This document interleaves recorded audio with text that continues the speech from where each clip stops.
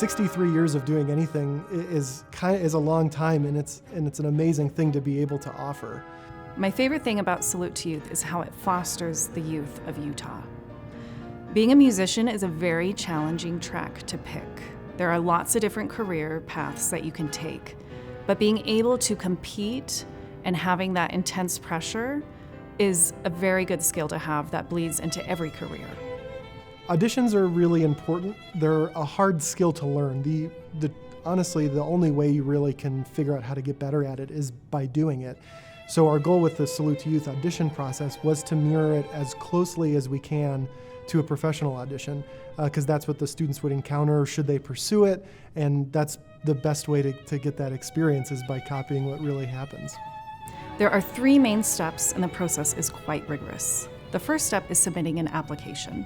Once an application is submitted, every applicant is only referred to by their assigned applicant number. No gender, names, or even who the student studies with is ever shared with the judges. There are 5 different divisions that applicants fall under: strings, winds, percussion, vocal, and ensemble. The second step is a preliminary round. In the preliminary round, applicants upload an audio-only recording of them performing their piece. These recordings are sent over to Utah Symphony musicians to be judged and ranked. From these rankings, we pull our finalists. The finalists move on to our third step, the final round. And the final round is very much like a professional orchestral audition. These auditions are live and blind.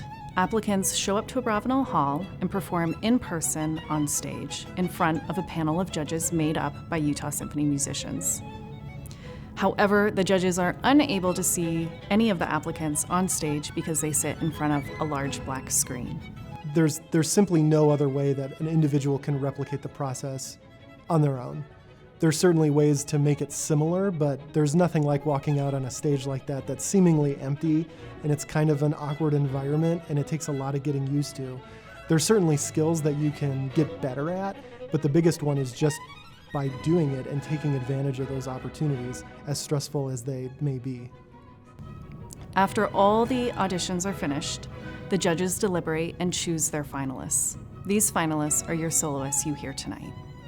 An honor doesn't quite capture what it means to be able to present this again in its 63rd year. We're actually not in the music business. We're in the memory-making business. And these students and their parents and their families, they go through this process. It's rigorous, it's hard, it's stressful.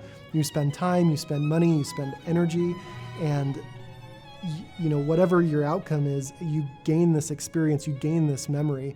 And I think for the students here tonight, it's certainly not going to be something that I forget and that our staff isn't going to be soon to forget. And hopefully for them, it's a memory that they can take to the bank. It showcases really what our purpose is, and it's inviting excellence in our community. It's bringing it out into our communities, and then showcasing what the future looks like, especially the future of classical music.